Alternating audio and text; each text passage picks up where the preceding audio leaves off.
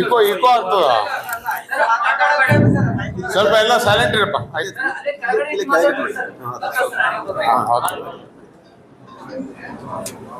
ಕಾಂಗ್ರೆಸ್ ಪಕ್ಷದ ಜಿಲ್ಲಾ ಅಧ್ಯಕ್ಷರು ಆತ್ಮೀಯರಂತ ಜಗದೇವ್ ಗುತ್ತೇದಾರ್ ಅವರೇ, ನಮ್ಮ ಹಿರಿಯರು ಅಫಜಲ್ಪುರ ಮತಕ್ಷೇತ್ರದ ಜನಪ್ರಿಯ ಶಾಸಕರಾದ ಸನ್ಮಾನ್ಯ ಶ್ರೀ ಎಂ.ವೈ. ಪಾಟೀಲ್ ಜಿ ಅವರೇ, ಇನ್ನೊಬ್ಬರು ನನ್ನ ಆತ್ಮೀಯರು ವಿಧಾನ ಪರಿಷತ್ ಸದಸ್ಯರಂತ ತಿಪ್ಪಣ್ಣಪ್ಪ ಕಮಕ್ನೂರವರೇ, ಆತ್ಮೀಯರಂತ ಸುಭಾಷ್ ರಾಠೋಡ್ ಅವರೇ, ಡೇವಿಡ್ ಶೆಮೆನ್ ಅವರೇ, ಸಮಯದ ಅಭಾವ ಕಾರಣ ವೇದಿಕೆ ಮೇಲೆ ಉಪಸ್ಥಿತಿರುವ ಎಲ್ಲ ಆಹ್ವಾನಿತ ಗಣ್ಯ ವ್ಯಕ್ತಿಗಳಿಗೆ, ಬ್ಲಾಕ್ ಅಧ್ಯಕ್ಷರೇ, ಈ ಪಕ್ಷದ ಎಲ್ಲ ಪದಾಧಿಕಾರಿಗಳೇ ಮತ್ತು ಸುದ್ದಿ ಮಾಧ್ಯಮದ ಮಿತ್ರರೇ ಮತ್ತು ಇವತ್ತಿನ ಕಾರ್ಯಕ್ರಮದಲ್ಲಿ ಭಾಗಿಯಾಗಿರತಕ್ಕಂಥ ನಮ್ಮ ಅಭಿಮಾನಿಗಳೇ, ಅದೇ ರೀತಿ ನಮ್ಮ ಎಂ.ವೈ. ಪಾಟೀಲ್ ಅಭಿಮಾನಿಗಳೇ ಮತ್ತು ಪಕ್ಷದ ಎಲ್ಲ ಹಿತೈಷಿಗಳೇ, ಇವತ್ತು ಭಾಳ ಸಂತೋಷವಾಗ್ತಾಯಿದೆ. ಮತ್ತೆ ನಾನು ನನ್ನ ಮನೆಗೆ ವಾಪಸ್ ಬಂದಿದ್ದೀನಿ.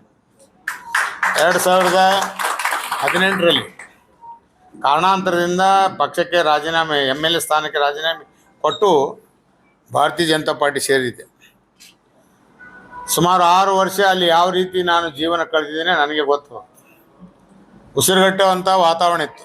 ಆದರೂ ಒಂದು ಸಂದರ್ಭ, ಒಂದು ಪಕ್ಷಕ್ಕೆ ಹೋದ ಮೇಲೆ ಆ ಪಕ್ಷದ ಒಂದು ಶಿಸ್ತಿನ ಸಿಪಾಯಿಯಾಗಿ ಕೆಲಸ ಮಾಡಿದರೂ ಕೂಡ ಅಲ್ಲಿ ನಮಗೆ ಬೆಲೆ ಸಿಕ್ಕಿಲ್ಲ.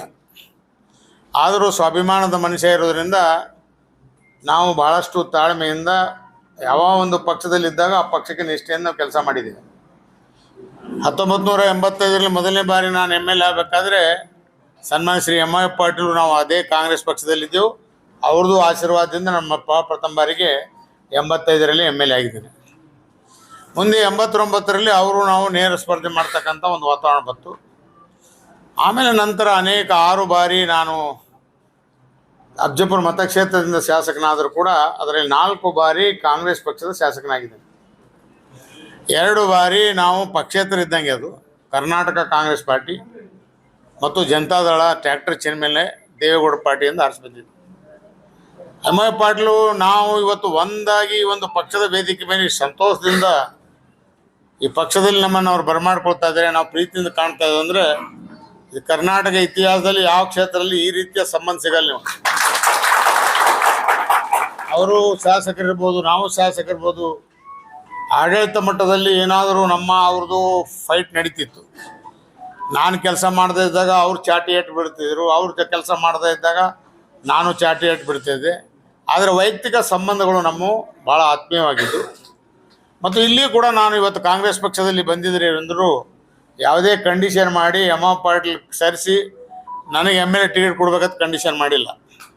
ಇವತ್ತು ನನ್ನ ಒಂದು ಉದ್ದೇಶ, ಎಂ.ವೈ. ಪಾಟೀಲರು ನಾವು ನಮ್ಮ ಎಲ್ಲ ಪಕ್ಷದ ವೇದಿಕೆ ಮೇಲೆ ಇರ್ತಕ್ಕಂಥ ಮುಖಂಡರು ಏನು ಕರ್ನಾಟಕ ರಾಜ್ಯದ ಈ ಒಂದು ಲೋಕಸಭಾ ಚುನಾವಣೆ ಒಂದು ಐತಿಹಾಸಿಕ ಚುನಾವಣೆ ಆಗಬೇಕಾಗಿತ್ತು.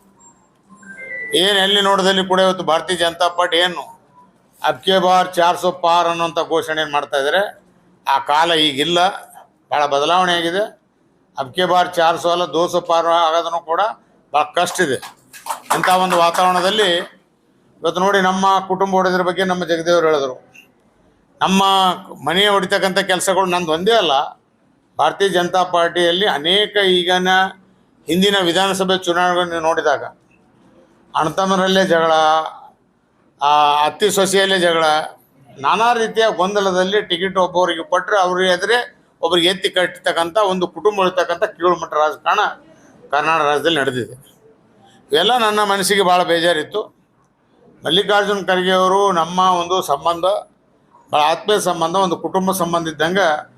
ನಮ್ಮ ತಂದೆಯವರು ಅವರು ಯಾವತ್ತೂ ಅಣ್ಣತಮ್ಮರಿದ್ದಂಗಿದ್ದರು. ಆದರೆ ರಾಜಕೀಯದಲ್ಲಿ ಸ್ವಲ್ಪ ನಾವು ಕೂಡ 6 ಬಾರಿ ಶಾಸಕರಾದವು, ಸ್ಥಾನಮಾನ ಸಿಗದೇ ಇದ್ದಂಥ ಸಂದರ್ಭದಲ್ಲಿ ನಾನು ಮುನ್ಸ್ಕೊಂಡು ಹೋಗಿದ್ದೆ.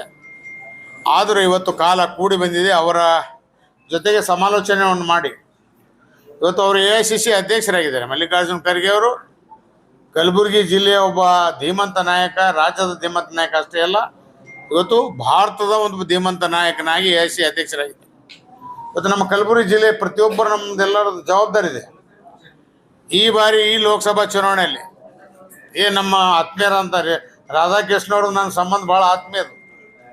ನಾನು ಮೊದಲು MLA ಆದಾಗ 1985ನೇ MLA ಆದಾಗ ವಿಧಾನಸಭೆ ಅಸೆಂಬ್ಲಿ ಮುಗಿದ ಮೇಲೆ ರಾಧಾಕೃಷ್ಣ ಅವರು, ನಾವು ಮತ್ತು ಜಿ ಪರಮೇಶ್ವರು ಅವ್ರ ಕನಿಷ್ಕ ಗ್ಯಾಸ್ ಏಜೆನ್ಸಿಗೆ ಶಾಪ್ನಲ್ಲಿ ಕೂಡ್ತಾ ಇದ್ದೇವೆ. ನಮ್ಮ ಕಾಲ ಕಳೀತಾ ಇದ್ದೇವೆ. 85, 89 ನಾವೆಲ್ಲ ಕೂಡಿ ಒಡನಾಟ ಆಗಿ ಬಂದಿದ್ದೇವೆ. ಭಾಳ ಆತ್ಮೀಯ ನಮ್ಮ ರಾಧಾಕೃಷ್ಣ ಇರೋದ್ರಿಂದ ಈ ಚುನಾವಣೆಯಲ್ಲಿ ಅವರಿಗೆ ಹೆಚ್ಚಿನ ಒಂದು ಭಾರಿ ಬಹುಮತದಿಂದ ಆರಿಸಿ ತರಬೇಕು ಅನ್ನೋಂಥ ಒಂದು ಪಣ ತೊಟ್ಟು ಕಾಂಗ್ರೆಸ್ ಪಕ್ಷದಲ್ಲಿ ಬಂದಿದೆ. ಇವತ್ತು ನೀವು ಎಲ್ಲರೂ ಕೊಟ್ಟು ಈಗಾಗಲೇ ಎಮ್ಮ ಪಾಟೀಲ್ ಹೇಳಿದ್ದಾರೆ, ನಮ್ಮ ಕಾರ್ಯಕರ್ತರನ್ನು ಉದ್ದೇಶಿಸಿ ಮಾತನಾಡ್ತಕ್ಕಂಥ ಸಂದರ್ಭ ಹೇಳಿದ್ದಾರೆ, ನೀವೇನು ಬೇರೆ ಇಲ್ಲ, ನಮ್ಮ ಕಾರ್ಯಕರ್ತರೇನು ಬೇರೆ ಇಲ್ಲ, ನೀವು ನಮ್ಮ ಕುಟುಂಬ ಸದಸ್ಯರು ಅಂತ ರೀತಿಯಲ್ಲಿ ಭಾಳ ತೂಕವಾದ ಮಾತನ್ನು ಅವ್ರು ಆಡಿದ್ದಾರೆ. ಹೀಗಾಗಿ ಯಾರೂ ನಮ್ಮ ಕಾರ್ಯಕರ್ತರಲ್ಲಿ, ನಿಮ್ಮ ಕಾರ್ಯಕರ್ತರಲ್ಲಿ, ನಮ್ಮ ಕಾರ್ಯಕರ್ತರಲ್ಲಿ ಯಾರಲ್ಲಿ ಸಂಕೋಚ ಬೇಡ. ನಾವೆಲ್ಲ ಒಂದೇ ಕುಟುಂಬದ ಸದಸ್ಯರು ಅಂತ ರೀತಿಯಲ್ಲಿ ಈ ಪಕ್ಷದಲ್ಲಿ ನಾವೆಲ್ಲ ಸಕ್ರಿಯವಾಗಿ ಕೆಲಸ ಮಾಡೋಣ. AC ಅಧ್ಯಕ್ಷರ ಕೈ ಬಲಿಪಡಿಸೋಣ. ರಾಜ್ಯದ ಮುಖ್ಯಮಂತ್ರಿ ಅಂತ ಶ್ರೀಮಾನ್ ಸಿದ್ದರಾಮಯ್ಯನವರು ಮತ್ತು ನಮ್ಮ KPC ಅಧ್ಯಕ್ಷರಂತ ಶ್ರೀಮಾನ್ DK ಶಿವಕುಮಾರ್ ಅವರ ಕೈ ಬಲಿ ಪಡಿಸೋದ್ರ ಮುಖಾಂತರ ನಮ್ಮ ಜಿಲ್ಲಾ ಉಸ್ತುವಾರಿ ಸಚಿವರು ಅಂತ ಶ್ರೀಮಾನ್ ಪ್ರಿಯಾಂಕ್ ಖರ್ಗೆ ಈ ಜಿಲ್ಲೆಯ ಒಂದು ಉಸ್ತುವಾರಿ ಸಚಿವರಾಗಿ ಈ ಚುನಾವಣೆ ಜವಾಬ್ದಾರಿ ವಹಿಸ್ಕೊಂಡಿದ್ದಾರೆ. ಇಂಥ ಒಂದು ಸಂದರ್ಭದಲ್ಲಿ ಇದೊಂದು ಪ್ರತಿಷ್ಠೆ ಚುನಾವಣೆ. ನಮ್ಮ ಮಲ್ಲಿಕಾರ್ಜುನ ಖರ್ಗೆ ಅವರ ಸುಪುತ್ರ ಅಂತ ಪ್ರಿಯಾಂಕ್ ಖರ್ಗೆ ಅವ್ರ ಮೇಲೆ ಇರೋದ್ರಿಂದ ನಾವೆಲ್ಲರೂ ಭಾಳ ಒಂದು ದಿನವೂ ಕೂಡ ನಾವು ವೆಸ್ಟ್ ಮಾಡದೆ ಪ್ರತಿಯೊಂದು ಬೂತ್ ಮಟ್ಟದಲ್ಲಿ ಹೋಗಿ ನಮ್ಮ ಕಾರ್ಯಕರ್ತರನ್ನು ಕಾಂಗ್ರೆಸ್ ಪಕ್ಷದ ಪರವಾಗಿ ಕೆಲಸ ಮಾಡ್ತಕ್ಕಂಥ ಒಂದು ಕಡೆಗೆ ಸೆಳ್ಕೊಂಬರ್ತಕ್ಕಂಥ ಜವಾಬ್ದಾರಿ ನಮ್ಮ ಮೇಲಿದೆ. ಭಾರತೀಯ ಜನತಾ ಪಾರ್ಟಿದು ಏನೇನು ಲೋಪದೋಷಗಳಿವೆ, ಯಾವ್ಯಾವ ಕಾರಣದ ರಾಜ್ಯದಲ್ಲಿ ಯಾವ ರೀತಿ ಹಿಂದೆ ಆಡಳಿತ ಮಾಡಿದ್ದಾರೆ, ಯಾವ ರೀತಿ ಕರಪ್ಷನ್ಗಳು